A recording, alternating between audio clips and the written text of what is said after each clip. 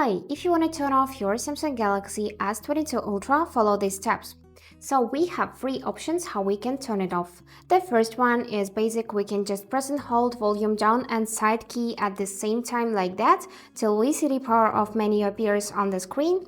And now you will need to simply select this power off option.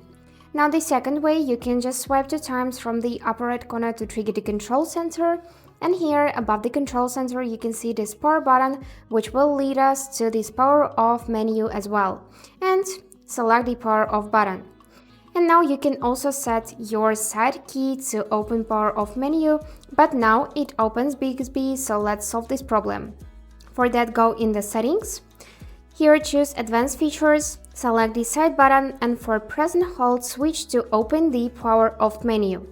And now when you will be pressing this button, the power off menu will appear and you will need to select power off option and tap it again to confirm to turn off your phone. And that's it for today. I hope this video was helpful for you and thank you for watching.